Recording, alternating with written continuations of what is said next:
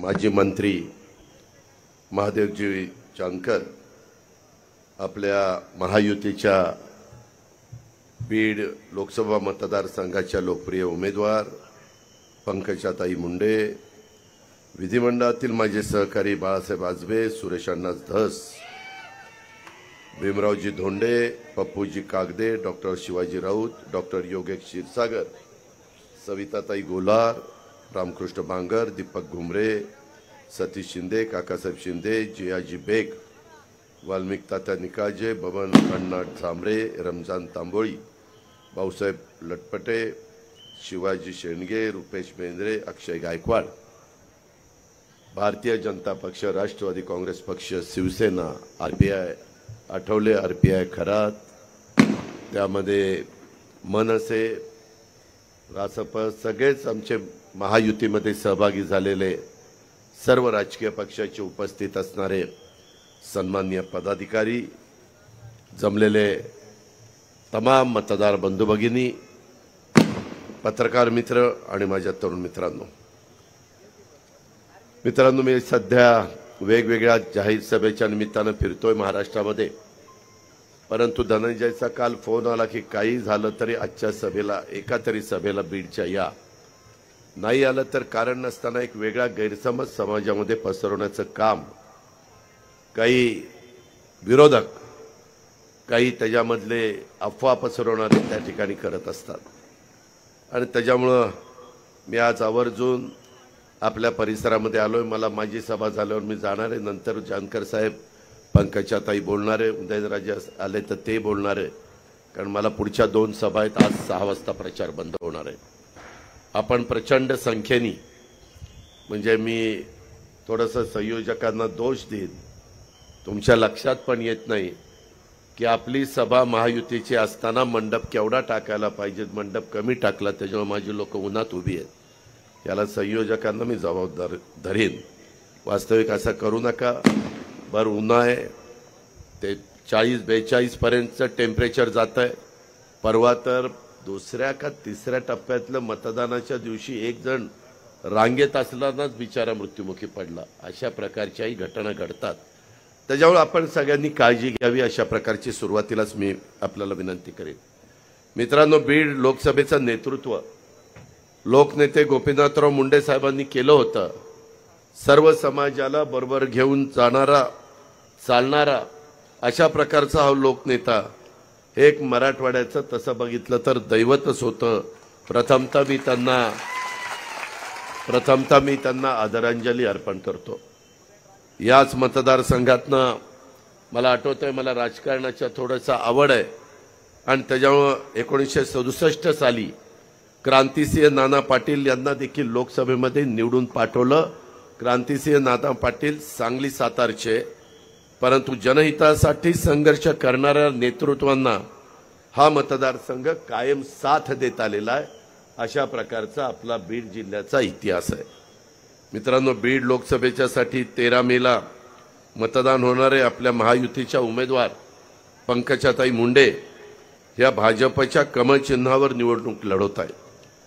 बीड जिल्ह्याच्या जनतेसाठी न्याय आणि हक्कासाठी पंकजा मुंडे या कायमच भूमिका घेऊन लढत आहेत, हे आपण सगळ्यांनी पाहिलेलं आहे. पंकजा मुंडे या स्वर्गीय गोपीनाथ मुंडे साहेबांच्या संघर्षाचा आणि विचारांचा वसा घेऊन वाटचाल करतायत. त्याबद्दल मी त्यांना मनापासून धन्यवाद देतो. आता छत्रपती शिवाजी महाराजांचे 13वे वंशज श्रीमंत छत्रपती उदयनराजे भोसले या ठिकाणी आले. मी आपल्या सर्वांच्या वतीनं त्यांचं मनापासून स्वागत करतो. मित्रांनो, गोपीनाथराव मुंडे साहेबांनी संपूर्ण मराठवाड्याला आपलं कुटुंब मानलं होतं. सर्व जाती धर्म, मग उपेक्षित असतील, वंचित असतील, बहुजन समाजाला बरोबर घेऊन त्यांनी त्या ठिकाणी समाजकारण, राजकारण केलं. मराठवाड्याचा मागासलेपणा शिक्का पुसून विकासाच्या प्रवाहात तुमच्या माझ्या मराठवाड्याला यावा, यासाठी त्यांनी आजन्म संघर्ष केलेला आपण पाहिला.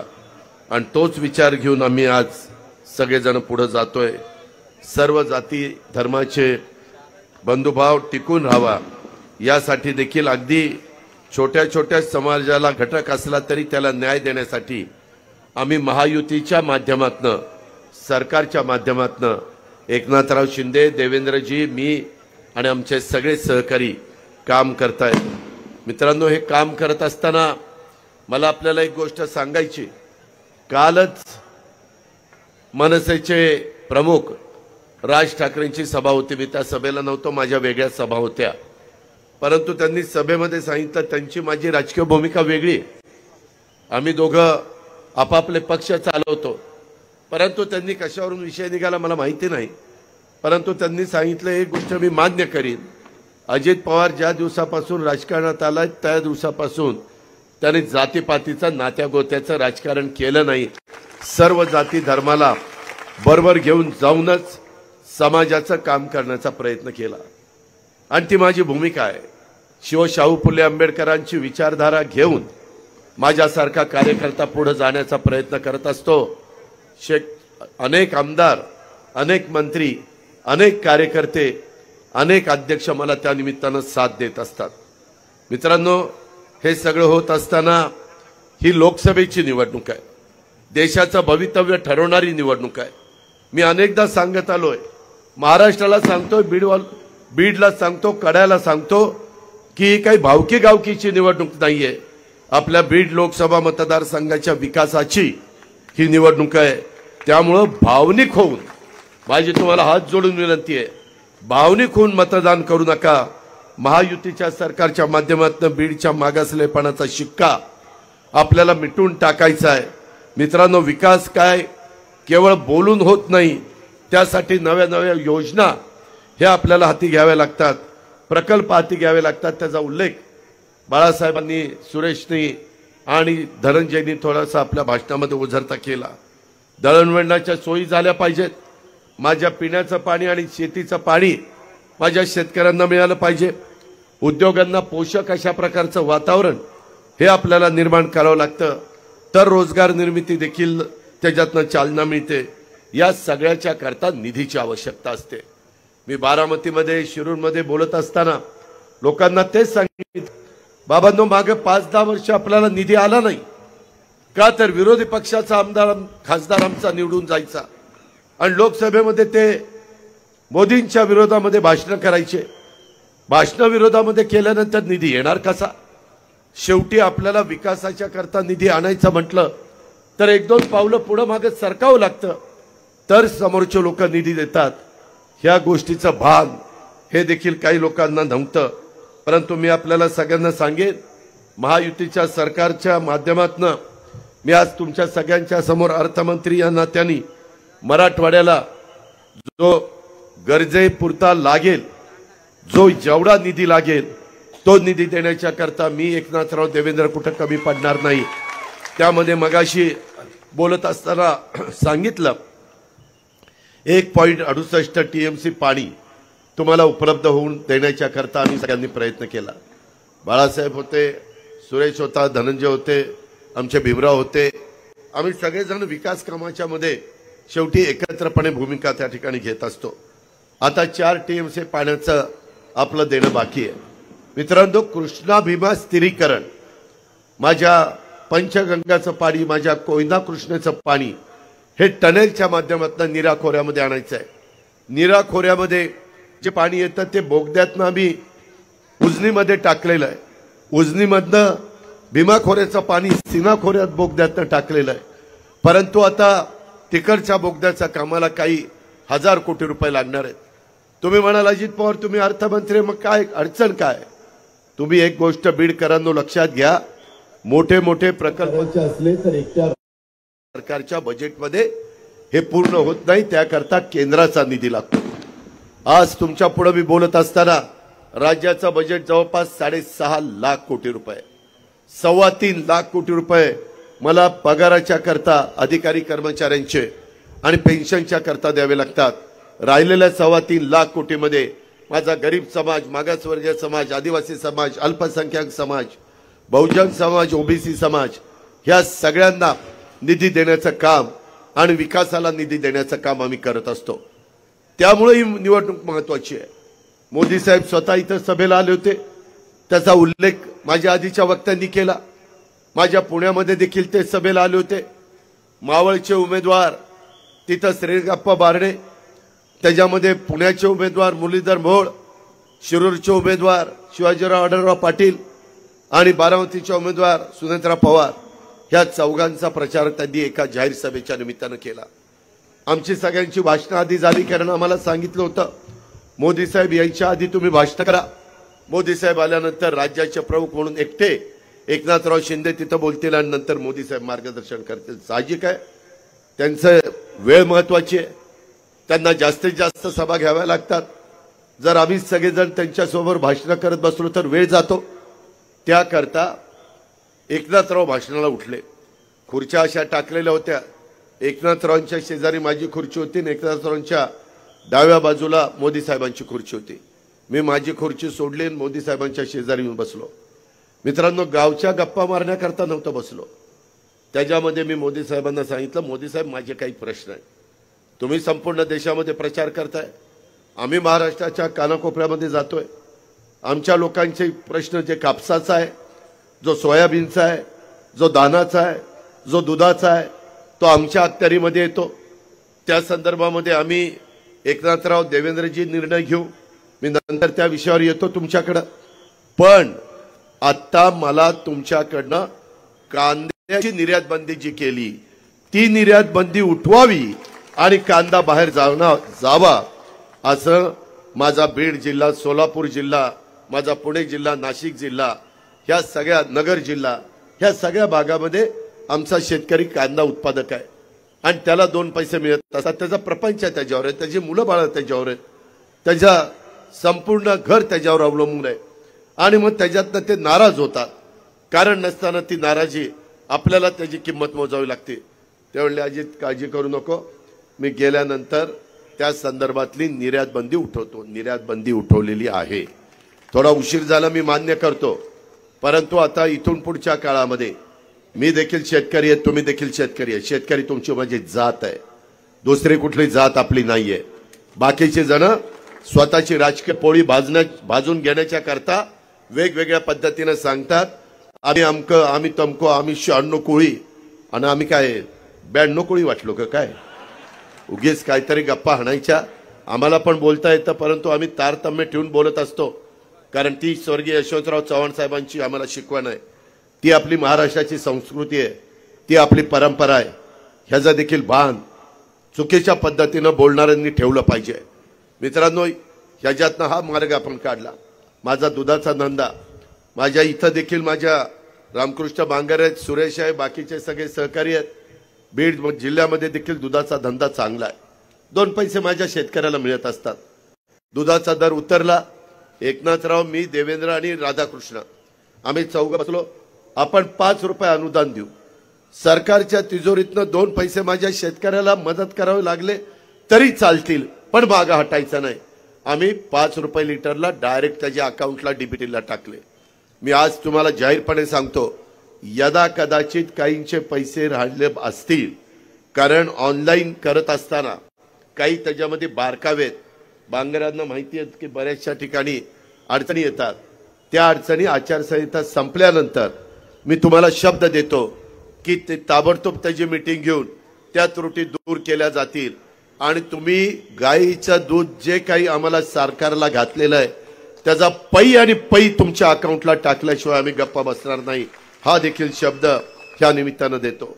मित्रांनो, आपल्याकडं माझा सोयाबीन आणि कापूस पिकवणारा बहादर शेतकरी आहे। बऱ्याचदा त्याची शेतीवाडी ह्या पावसावर अवलंबून असते। यंदा हवामान खात्याने सांगितलंय वेळेपूर्वीच मान्सून त्या ठिकाणी येईल। प्री मान्सून सुरू झाला, काल माझ्या पुण्यामध्ये पण बरा पाऊस पडला, परंतु वारं सुटतंय, थोडंफार नुकसान पण होतंय।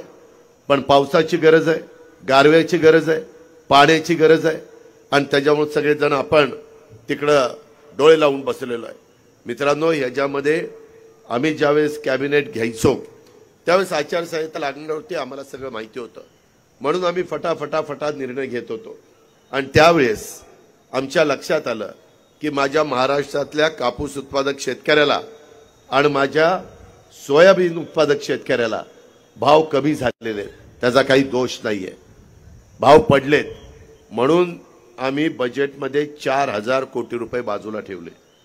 4,000 कोटी रुपये कापूस आणि सोयाबीन उत्पादक शेतकऱ्याला आम्ही साधारण क्विंटलला नाही देणार, आम्ही हेक्टरवर किंवा एकरावर किंवा अर्ध्या एकरावर जे तुमचं क्षेत्र आहे त्याच्यावर देणार आहोत।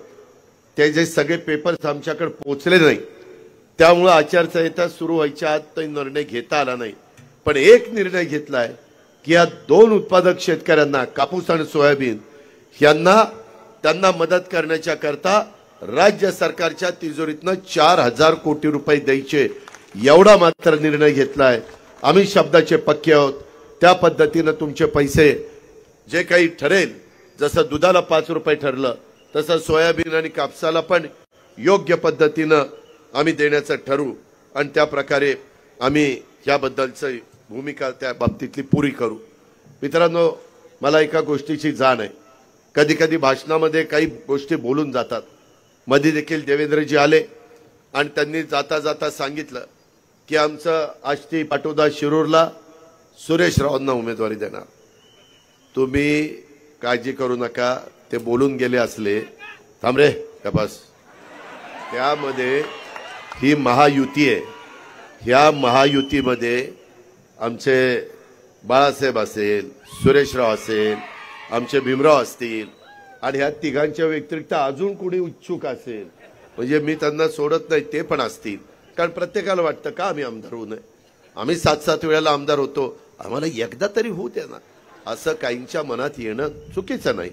त्यामुळं आम्ही एकनाथराव, देवेंद्र, मी, आमचे सगळे आता रासपचे नेते, आमचे महादेवराव, सगळे आम्ही सगळेजण बसू आणि त्याच्यामध्ये व्यवस्थितपणे बाबा कुणाला MLA दिलं पाहिजे, कुणाला MLC दिले पाहिजे, कुणाला महामंडळ दिलं पाहिजे, कुणाला कॅबिनेट मिनिस्टरचा दर्जा दिला पाहिजे।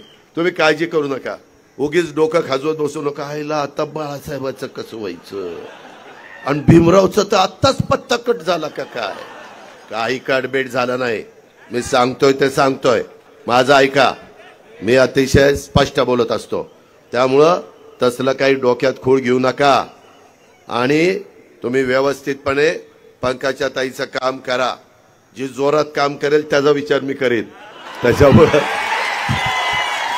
त्याच्यामुळं तुम्ही काही काळजी करू नका। आणि आता आपली मोदी साहेबांची अमित भाईंची फार चांगली जवळीक झाली, त्याच्यामुळे मी त्यांना सांगेन आता पंकजा ताई निवडून आल्यानंतर तो मोदी साहेबांच्या मंत्रिमंडळात पंकजाला घ्या अशी शिफारस अजित पवार करेल, त्याच्यामुळं आपलं आता तिथं चालतंय, त्याच्यामुळे आपण चालवायचं। मित्रांनो, ह्या पद्धतीने आपण पुढे जाऊ। शेवटी माणुसकी महत्वाची, कुणी कुणाचं कायमचं शत्रू नसतं, कुणी कुणाचं कायमचं मित्र नसतं, माणुसकी महत्वाची आणि ती गोष्ट लक्षात ठेवा। आमच्या पंकजाताईच्या विरोधामध्ये ती बजरंगा उभा आहे, त्या बजरंगा सारखा माझ्याकडे यायचा, दादा माझ्या कारखान्याची कॅपॅसिटी वाढून द्या ना, दादा द्या ना, मी देत नव्हतो, ह्या शहाण्याने द्यायला लावली, एक मिनिट, तू द्यायला लावली, मी त्याला सांगितलं होतं की काही गोष्टी व्यसन हातात ठेवायचे असते, मला माहिती आहे, मी पण राजकारणात 35 वर्ष घासलीत, काय असा तसा वर्ण नाही पडलो, त्याच्यामुळं मला माहिती होतं ही कुठंतरी मारणार, काय मारणार, ते बोललं की लगेच ब्रेकिंग न्यूज, अजित पवारांचा तोल ढासळला, त्याच्यावर मी तो शब्द ते मारणार, तर त्या पद्धतीनं मी त्याला सांगत होतो, नाही नाही दादा द्या, त्याची शिफारस दादा करा, दादा PDCC बँकेतनं त्याला पैसे द्या, दादा MSC बँकेतनं पैसे द्या, लय गुळगुळ होतं त्यांचं, काय खरं नाही। कधी कधी आमच्या धनुभाऊला माणसंच कळत नाही, त्याच्यामुळे गाडी बिघडती, तो माझा सल्ला घेत जा प्रत्येक वेळेस, या पद्धतीनं अरे बजरंगा तूच सांगायचा, छाती फाडली की असं होईल, छाती फाडली की तसं होईल, ही दिसल ती दिसल, छाती फाडल्यावर मरून जाशील, कोण दिसणार आहे, काय उगे गप्पा हाणायच्या, हनुमानांची छाती ती फाडलेली वेगळी, तू कुठं बजरंगा, तू काय लगेच हनुमानाला स्वतःला समजायला लागला, बार्शीमध्ये त्याचा कारखाना चाललाय, इथं त्याचा कारखाना चाललाय, बरं चाललं होतं. त्याला का अवदसा आठवली कोणाला माहिती. आणि ते एकदम उभंच राहिले. बरं मागं उभं राहून ट्राय झाली पाडायची. आता कशाला उभं राहायचं. त्याच्या संदर्भातलं धंदा पाणी नीट केला पाहिजे, प्रपंच नीट केला पाहिजे. परंतु मित्रांनो, काही काहींना जरा दोन पैसे आल्यानंतर मस्ती येतेच. आणि तशा पद्धतीनं त्याला मस्ती आली आणि इतके दिवस माझ्याबरोबर राहिला आणि आता मला सोडलं. मी एवढं त्याला सगळं देऊन जो मला सोडू शकतो तो तुम्हाला सोडायला किती वेळ लावणार आहे, याचा विचार करा. आणि ही पठ्ठ्या स्वतःही खासदारकीला पडला. अरे त्याच्या पोरीला त्याला ग्रामपंचायती नगरपालिकांनी निवडून आणता आलं. अरे तू तुझ्या पोरीला नगरपालिका आणि ग्रामपंचायतीला निवडून आणू शकत नाही आणि खासदार व्हायला निघाला. आणि बाकीचे जण लय तुझं भारी चाललंय, लय तुझं भारी. काय त्याचं भारी चाललं नाही. तुम्ही काय काळजी करू नका. तुम्ही अजिबात मनात वेगळं काही आणू नका. हा सर्व जाती धर्माला घेऊन जाणारा लोकसभा मतदारसंघ आहे. हा शिवशाहू फुले आंबेडकरांचा महाराष्ट्र आहे. युगपुरुष छत्रपती शिवाजी महाराजांनी 18 पगड जाती 12 बलुतेदारांना बरोबर घेऊन, मावळे बरोबर घेऊन हिंदवी स्वराज्याची स्थापना केली. होता जीवा म्हणून वाचला शिवा, हे आपण विसरता कामा नये. आणि अशा पद्धतीची आपल्या बापदाद्याची सगळ्यांची आपल्याला शिकवण आहे, आपल्या महापुरुषांची आपल्याला शिकवण आहे. त्याचा विसर पडता कामा नये. निवडणुका येतील, निवडणुका जातील, परंतु जे अंतर वाढतं, समाजात जी तेढ निर्माण होती, ती तेढ मिटवायला फार वेळ लागतो. मित्रांनो, मला मुस्लिम समाजाच्या माझ्या कार्यकर्त्यांना सांगायचंय, मतदारांना सांगायचंय, तुम्ही काय काळजी करू नका. आम्ही सरकारमध्ये, यंदा सरकारमध्ये असताना मी मौलाना आझाद महामंडळाला 1000 कोटी भाग भांडवल केलं. किती? 1000 कोटी. मी विचार केला नाही हा कुठल्या जातीचा, हा कुठल्या धर्माचा, हा कुठल्या पंथाचा. शेवटी सगळे आपण भारतीय आहोत, याचा विचार आपण केला पाहिजे. आणि त्या प्रकारे त्यांच्या पण मुलांना मुलींना व्यवस्थितपणे कर्ज, जसं अण्णासाहेब पाटील महामंडळातनं मराठा समाजाला मिळतं, जसं इतर मागासवर्गीयांच्या करता तो कर्ज आपण उपलब्ध महामंडळातर्फे करून देतो. महाज्योती आहे, सारथी आहे, माझ्या मागासवर्गीयांच्या करता बार्टी आहे. माझा मातंग समाज म्हणायचा, दादा आम्हाला अन्याय होतो, बार्टीचा जास्तीत जास्त उपयोग नवबौद्धांना होतो. तिथंही लक्ष घातलं आम्ही सगळ्यांनी आणि त्यांच्याकरता आरटी केलं. बार्टी बाकी नवबौद्धांना, मातंगांना आरटी. शेवटी सर्वजण आपली माणसं आहेत. या पद्धतीनं इतर पण समाजाला वेगवेगळी महामंडळ आपण काढून दिलीत आणि अशा पद्धतीनं आम्ही पुढे चाललोय. अल्पसंख्याक विभागाला पण जास्तीचा निधी दिला. धनंजय, तुला आठवत असेल, माझ्याच चेंबरला मीटिंग झाली. हसन मुश्रीफ होते, आपला अब्दुल सत्तार होता, बाकीचे सगळे अधिकारी पदाधिकारी होते. आणि त्यामध्ये माझा अल्पसंख्याक समाज मला सांगत होता, उर्दूच्या शाळा बांधायला आम्हाला निधी नाही, दफनभूमीला वॉल कंपाऊंड करायला निधी नाही, दफनभूमी करायला निधी नाही, अशा वेगवेगळ्या शादीखान्याला निधी नाही. यावेळेस ह्या सगळ्या कामाला निधी दिला. तुम्ही बघा, प्रत्येक ठिकाणी तुम्हाला निधी देण्याचं काम झालेलं आहे. बाळासाहेब, तुझ्याकडे पण निधी आला, धनंजय तुझ्याकडे पण निधी आला. असा भेदभाव केला नाही. शेवटी सगळी आपली माणसं आहेत, याचा विचार आम्ही लोकांनी केला. त्याच्यामध्ये वक्फ बोर्डाच्या जमिनी काही जण लाटायला निघाली, त्याच्यामध्ये काही कायद्यामध्ये दुरुस्ती केली. या पद्धतीनं आमचं काम चाललेलं आहे. मला अल्पसंख्याक समाजाला पण सांगायचं, तुम्ही घाबरू नका, आम्ही तुमच्या पाठीशी, तुमच्या केसाला कोणी धक्का लावणार नाही. हे काही सांगतात, अरे आता हे सरकार आलं की ह्यांना गोळा करतील, पाकिस्तानला पाठवतील. काय तुमच्या बापाच्या घरचं आहे पाकिस्तानला पाठवायला? काही पण बोलता, काही पण सांगता, खोटा नाटा प्रचार करता. त्याच्यामध्ये मागासवर्गीयांची मतं घ्यायला, त्यांच्यात संभ्रमावस्था निर्माण करायला सांगतात की आता हे सरकार परत आलं तर संविधान बदलणार, घटना बदलणार, आता निवडणुकाच होणार नाही, असलं सांगायला मागं पुढे बघत नाही. अरे शाण्यांनो, काँग्रेसच्या राजवटीमध्ये घटनेचे शिल्पकार डॉक्टर बाबासाहेब आंबेडकरांनी दिलेल्या संविधानाचा त्या ठिकाणी कधी संविधान दिन साजरा करण्याचा विचार केला नाही. नरेंद्रभाई मोदींनी त्यांच्या कारकिर्दीमध्ये बाळासाहेबांचा सन्मान ठेवण्याच्या करता त्याच्यामध्ये संविधान दिन साजरा केला, सुरू केलाय. दरवर्षी संविधान दिन सुरू केलाय। ह्या काँग्रेसवाल्यांनी घटना लिहून घेतली, संविधान लिहून घेतलं आणि त्याच्यामध्ये बाबासाहेब जेव्हा उभे राहिले काँग्रेसवाल्यांनी विरोधी आमदार खासदार उभा केला आणि बाबासाहेबांना पाडलं। तुम्हाला जर बाबासाहेबांच्या बद्दल एवढं प्रेम आहे आता दाखवता तर हयात असताना त्यांना का पराभूत केलं, का नाही बिनविरोध निवडून दिला? महाराष्ट्रामध्ये इतिहास आहे काही लोकांना बिनविरोध निवडून द्यायचा। यंदा सुरतचा आणि मला वाटतं इंदोरचा खासदार बिनविरोध निवडून आलाय। ह्याची पण नोंद माझ्या मागासवर्गीय समाजाने या निवडणुकीच्या निमित्तानं घेतली पाहिजे असं मला आपल्याला सगळ्यांना सांगायचं आहे।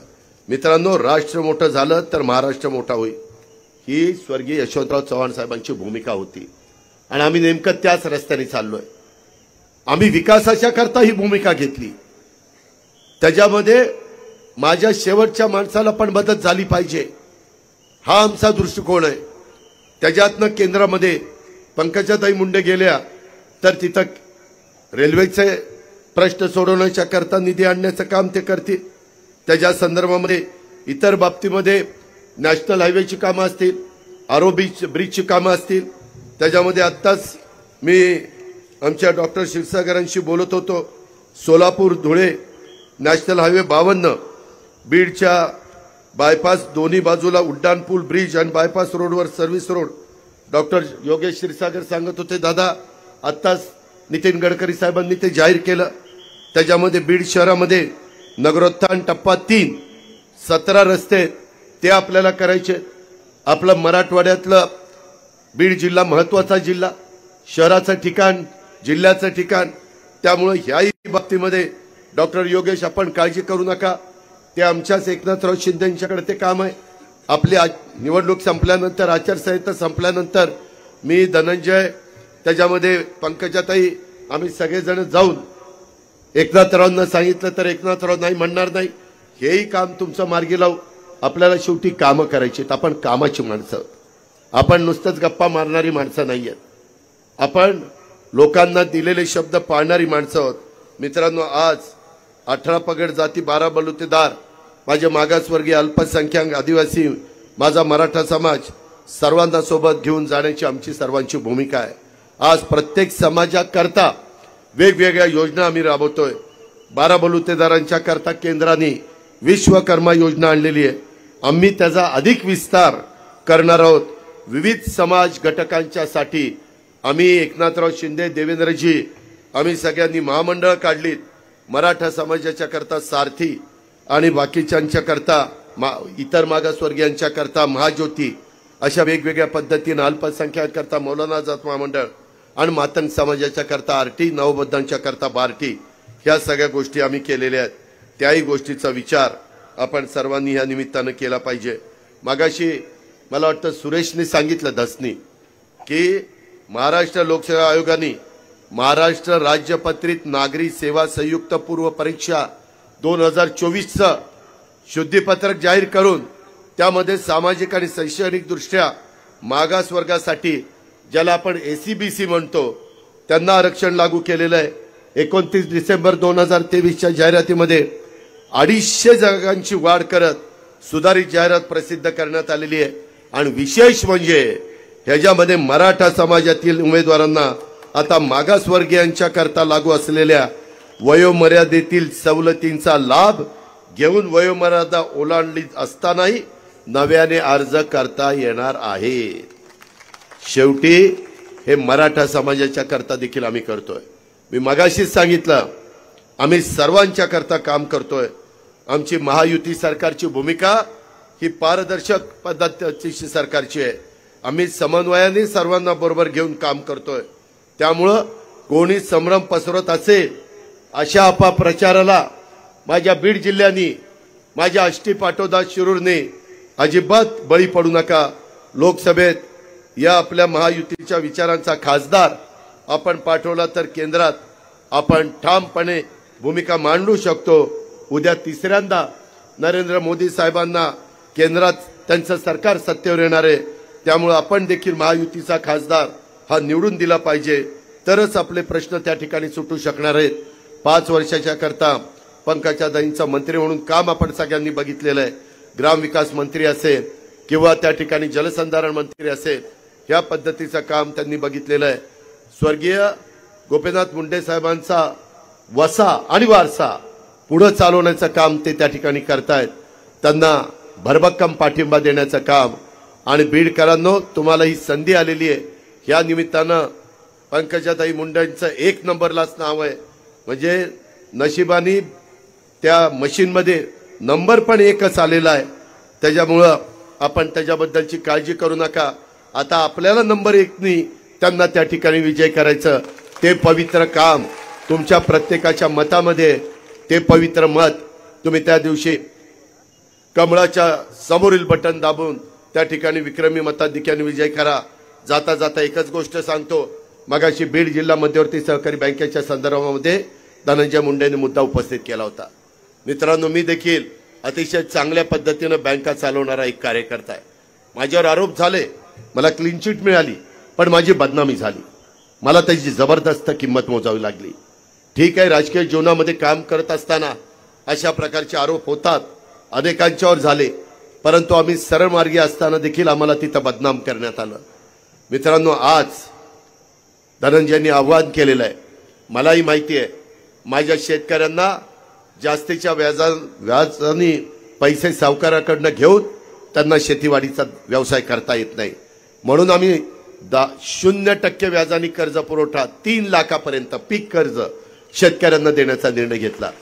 परंतु राज्यातल्या काही बँकाच अडचणीत आहे, जशी तुमची बीड जिल्हा बँक अडचणीत आहे, जशी मागे वर्धा जिल्हा बँक, नागपूर जिल्हा बँक, बुलढाणा जिल्हा बँक ह्या त्या ठिकाणी अडचणीत आहे, सोलापूर जिल्हा बँक पण अडचणीत आहे। काही बँका आम्ही अडचणीत बाहेर काढल्या, बीड जिल्हा बुलढाणा जिल्हा बँक अडचणीत बाहेर काढली। मला माहितीच होतं की आमचा धनंजय भाऊ धनु भाऊ काहीतरी मुद्दा काढणार, त्याच्यामुळे मी आधीच आचारसंहिता लागायच्या आधीच सगळी माहिती घेतली होती। मी बीडकरांनो एवढंच सांगतो की मागं जे काही झालं बीड जिल्हा मध्यवर्ती सहकारी बँकेचं झालं गेलं ते गंगेला मिळालं। आता चांगली लोक तिथं निवडून द्या। सध्या तर प्रशासकच आहे, जोपर्यंत टाळ्यावर येत नाही तोपर्यंत प्रशासक काढतच नाही, आणि त्या प्रशासकाकडनं प्रस्ताव आचारसंहिता संपल्यावर घेतो।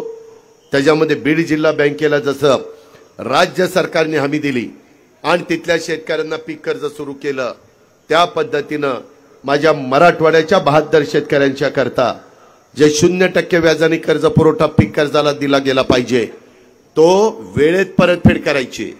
वेळेत परतफेड वर्षात नाही केली तर 12%, वेळेत केली तर 0%, नाही तर मग माकडवाल्या नंदीवाल्याकडे जायचं 10 रुपये शेकडा। ते तसं काही चालणार नाही, आर्थिक शिस्त लावलीच पाहिजे। त्या पद्धतीनं आम्ही धनंजय आचारसंहिता संपल्या तुम्हाला भेट सहकार खातं आपल्याच दिलीप वळसे पाटलाकडे, सगळे अधिकारी बोलू, अर्थ मंत्रालय माझ्याकडेच आहे, एमएससी बँकेचे पण लोक बोलू आणि त्याच्यातनं मार्ग काढू। मी एवढाच शब्द त्याच्यामध्ये देतो, बीडकरांनो ह्या बाबतीमध्ये तुमचं पीक कर्ज सुरू करण्याच्या करता हे राज्य सरकार आम्ही लोक सकारात्मकच निर्णय घेऊ आणि खरीपाला तुम्हाला त्या पद्धतीनं मदत करून दाखवू, अशा प्रकारचा विश्वास मी आपल्या सर्व सहकारी मित्रांना ह्या निमित्तानं देतो। त्याच्यामध्ये आपल्याला ग्रीनफील्ड ट्रान्समिशन प्रकल्प इंडिया ग्रीड ट्रस्ट इंडिग्रीड ने बीड कलम ट्रान्समिशन लिमिटेड KTL हा पहिला ग्रीनफील्ड प्रकल्प कार्यान्वित केले असल्याची घोषणा एप्रिल 2024 मध्ये केलेली आहे। आपले अहमदनगर बीड परळी वैजनाथ रेल्वे लाईन महाराष्ट्रातील 261.25 किलोमीटर ब्रॉडगेज रेल्वे मार्ग प्रकल्प जो भारत सरकार आणि महाराष्ट्र सरकार संयुक्तपणे करतोय, प्रत्येक पक्ष 50% खर्च सामायिक करतोय। त्याच्यामध्ये आता 66 किलोमीटरचा रेल्वे मार्ग कार्यान्वित झालेला आहे, 78% काम पूर्ण झालेलं आहे, प्रकल्पाची भूसंपादन 99% झालेलं आहे। पंकजाताई, एकदा तुम्ही खासदार झाल्यानंतर हे काम मात्र आपल्याला 100% पूर्ण करून एकदा लोकांचं समाधान करून टाकायचं आहे। सुरत चेन्नई राष्ट्रीय द्रुतगती मार्ग माझ्या बीड जिल्ह्यातनं जातो, आष्टी तालुक्यातून 14 गावातनं बाळासाहेब तो मार्ग जातो। हा एक्सप्रेस वे गुजरातमधील सुरत ते खाली तामिळनाडू मधील चेन्नईला जोडणार आहे। सुरत टू चेन्नई वाया आपला बीड नागपूर गोवा द्रुतगती मार्ग हा देखील ज्याला शक्तीपीठ द्रुतगती मार्ग म्हणून ओळखला जातो तो पण आपल्या बीड जिल्ह्यातनं जाणार आहे। एवढे महत्त्वाची रेल्वे लाईन, एवढे महत्त्वाचे आपले असणारे रस्ते, त्याच्यामध्ये नॅशनल हायवे हे जात असताना आपल्या उद्याच्या तरुण पिढीचं भवितव्य उज्ज्वल करण्याच्या करता या सगळ्याचा उपयोग आपण करून घेतला पाहिजे। त्याच्यामध्ये कुठं मागे राहता कामा नये। आणि आपल्याला अजून एक काम करायचं आहे, केंद्रामध्ये गेल्यानंतर खासदारांनी आपल्या इथं एक विमानतळ करायचंय, धावपट्टी, की कुठलंही विमान इथं उतरेल। आज आम्हाला उतरायचं म्हटलं तर परभणीला धावपट्टी नाही, आमच्या बीडला धावपट्टी नाही, नांदेडला जावं लागतं, माझ्या हिंगोलीला नाहीये, माझ्या थेट संभाजीनगरला आहे, जालनाला नाहीये, त्याच्यावर बीडला पण करण्याची गरज आहे। त्याचा योग्य मोबदला देण्याचं काम आपण करू। राज्य सरकार देखील त्यामध्ये मनापासून लक्ष घातलं जाईल। उद्याच्याला विमानं उतरायला लागली, भले उद्योगपतींची असू द्या, लहान विमानं असू द्या, तर उद्योगपती इथं गुंतवणूक करतील, त्याच्यातनं रोजगार निर्माण होईल, त्याच्यातनं कारखानदारी येईल। माझ्या बीडचा बराचसा वर्ग कामाधंद्याच्या नोकरीच्या निमित्तानं, ऊस तोडणीच्या निमित्तानं बाहेर जातो, तो त्या ठिकाणी बाहेर जायचं काम बंद करेल। कारण त्यांनी पण कुठेतरी स्वतःच्या घरी राहिलं पाहिजे, प्रपंच पाहिला पाहिजे। त्याही बाबतीमध्ये एक महामंडळ आपण धनंजय असताना काढलंय, त्याच्यातून पण चांगल्या प्रकारची मदत आपण करतोय। सांगण्यासारखं बरंच आहे, परंतु वेळ पण बराच झालेला आहे। मी जाता जाता एवढंच सांगतो, तुम्ही कुणाचाही दुसऱ्याचा विचार करू नका, मी तुमच्या पाठीशी आहे, त्याच्यामध्ये मी कुठं तुम्हाला अंतर पडून देणार नाही। मात्र बीड जिल्ह्यानी वाटेल ते झालं तरी आपली पंकजाताई मुंडे यांच्या कमळाच्या समोरील बटन दाबून विक्रमी मताधिक्याने तिला लोकसभेमध्ये पाठवा आणि मग केंद्राचा आणि राज्याच्या निधीच्या माध्यमातून आपण आपल्या बीड जिल्ह्याचा शेतीचा, पिण्याचा, पाण्याचा आणि इतर वेगवेगळे प्रश्नाची सोडवणूक करण्याच्या करता आम्ही या सर्वांगीण विकासाच्या करता तुम्हाला मदत करायला केव्हाही तयार आहे, हा शब्द देतो आणि आपली रजा घेतो। जय हिंद, जय महाराष्ट्र।